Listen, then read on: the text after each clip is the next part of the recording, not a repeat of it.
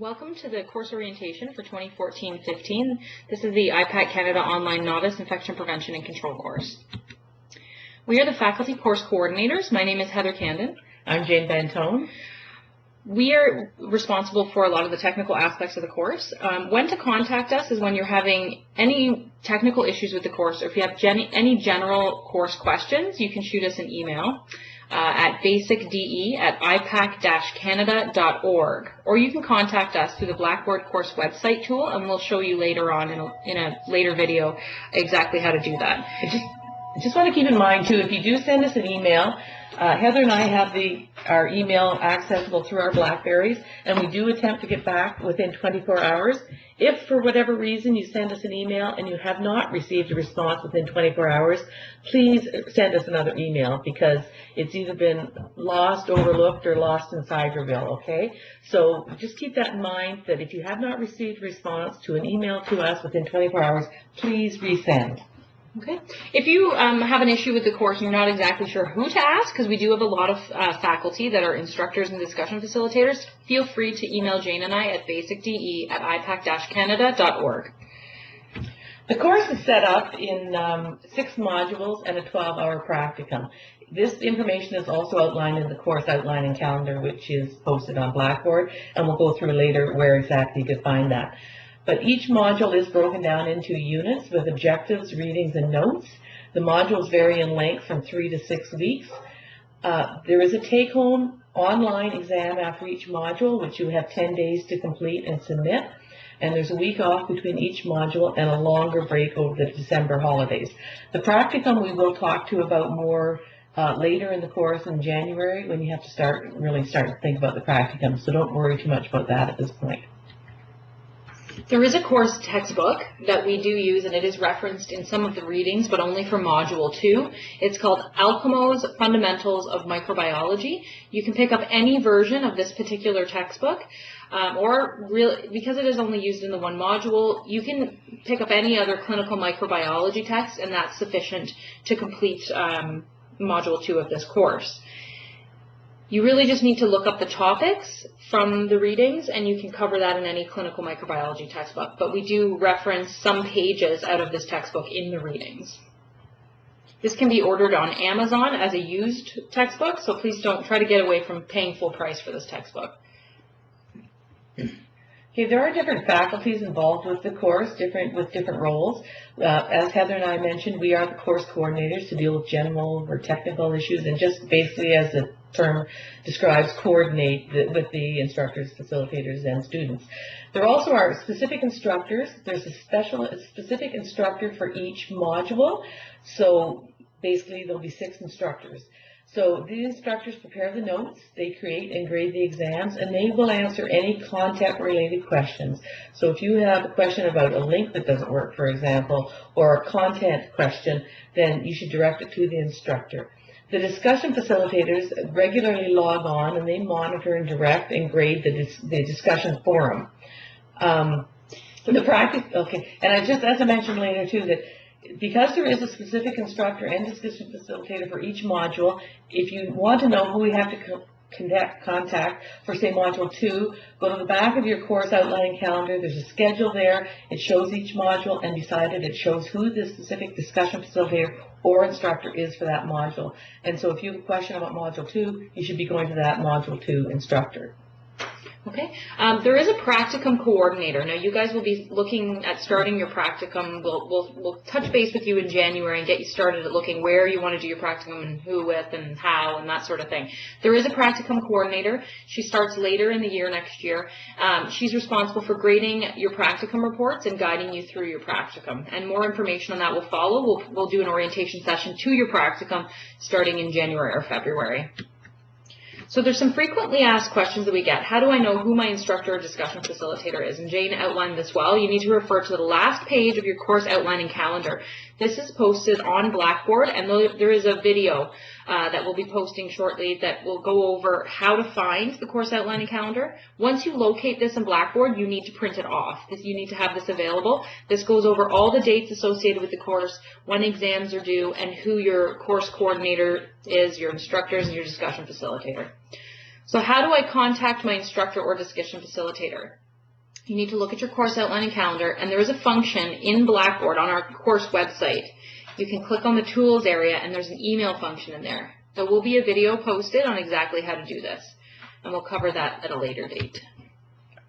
For evaluating the students on this course, the evaluation of your grade and how you are assessed on it is combined of what you've done in sort of term work, so to speak, which is the form of discussion forums or small short quizzes and whatnot, and that comprises 40% of your final grade. And the final module take-home exam, which again, like I said before, is a take-home online exam, which you have 10 days complete, is worth 60% of your final grade. And so to get a passing grade on each module, you need an overall mark of 65%. That's 40% of that mark coming from your term work, 60% from that final exam. So with 6 modules in the course, you need 65% on each of those modules and complete the practical in order to receive your certificate. So not only are you evaluated in the course, but we'd love to get your feedback on how you find the courses being delivered. So we do offer a Survey Monkey that we send out, which is an online evaluation that you can fill out about the course. So there's specific questions, and we'll send you an email with a link to that survey, and you can tell us what components of the course you liked and didn't like. And there's an actual comment box in there where you could post any feedback. We take all your feedback that you've put in these course evaluation Survey Monkeys, and we take them to the advisory committee, and they help us change the course either while it's being offered to you, we actually make changes, or for future courses. Okay. And this survey is actually anonymous too, so if you have something to say, we do appreciate your honesty and just saying it, and like I say, it's not going to be tracked back to who posted the comment. In addition, anytime you have any concerns, suggestions, comments, you could email Heather and I with them as well. If the Survey Monkey is sent out at the end of each module, if you have a concern as the module is progressing, certainly feel free to submit any comments you have. And if you notice any grammatical issues, even in the notes, that sort of thing, please feel free to email us because we can make those changes and repost the notes. It's just that easy, okay? So if you notice anything, please feel free to email us. So speaking to referencing, so in our course, there is a lot of times where you are involved in doing online writing, so in a discussion forum setting, as well as in your exam. We have a policy on how to reference material. So we don't care how you reference the material. You can say, I read in the following, blah, blah, blah, that. But we want to make sure that you're not copying and pasting any material that is not your own from websites or even the course notes. So you do need to reference. When you get onto the Blackboard website, take a quick look at the policies. There is a policy on referencing, policy 5.1. It's actually called plagiarism. Oh, it's actually called plagiarism. Okay. So reference material that is not your own. Wikipedia has its place, but please do not use it as a primary resource in this course. It's not always a reliable reference. And again, just to emphasize, we don't care how you reference. There's no specific format we use for referencing or citing any material, but just make sure you mention that you're taking this from somewhere else. Okay, and this referencing, the reason we request the references is not only so that you don't get accused of plagiarism and stealing somebody else's material as your own, but also it gives indication to other students where you're getting your material so that they might go back and read more about that subject if it interests them or if they want to find out more and follow up on what your reference was. Okay, the course does move quickly, and particularly if you're a student that's been out of sort of academia for a while, you might find that it's going very quickly. So we do have some study tips posted on the course information that might help you in terms of organizing your time and setting things up. We do ask that you use good judgment and be selective when reviewing the reading list. There is a lot of readings that are posted. Like I say, a lot of them are there just so you know that they're there and they can be used as a reference. All exams are open book and questions can be sufficiently answered using the notes and the required readings. So just monitor what your time and try to set aside time and try to stay on top of everything. If you do find you're getting behind, then please contact us for assistance and for staying on track.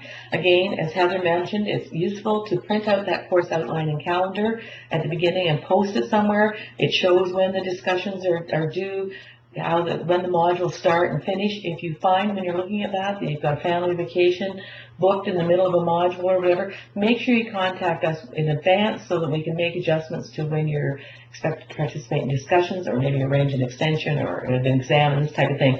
But we can't emphasize enough how important it is to try to stay on track and contact us anytime that you feel you're falling behind and we can help you out. We are here to help you succeed, so don't hesitate to contact us about that. For future, there are a number of instructional course videos that are posted. One of them that I really like, that everyone in this course needs to review, is how to participate in the discussion forum and how that is laid out, because there are specific weeks in which everyone is required to post, and that will be laid out more in those instructional videos. And there'll be several instructional videos about how to navigate the course and that sort of thing. So in the future, what you need to do is make sure you read right away Module 1, Unit 1.1, and complete the assigned exercises. These are not graded, but they are mandatory, and Jane and I will hound you to make sure you do them. You need to post a picture and profile on Blackboard, and there is an instructional video on how to do that that will be posted. You need to respond to the posted discussion forum questions that will be put in the discussion board area. So we do this to make sure that you're comfortable and we know that you're able to respond to posts and post questions and that sort of thing. Okay. And the course starts on September 8th. So we ask that you go in and look at this module 1.1 in advance of that to make sure that you can follow through on the course policies, you understand it all, you post your picture, and you're all ready to rock and roll when the course starts. So just like to thank everyone, and we hope you enjoy the course.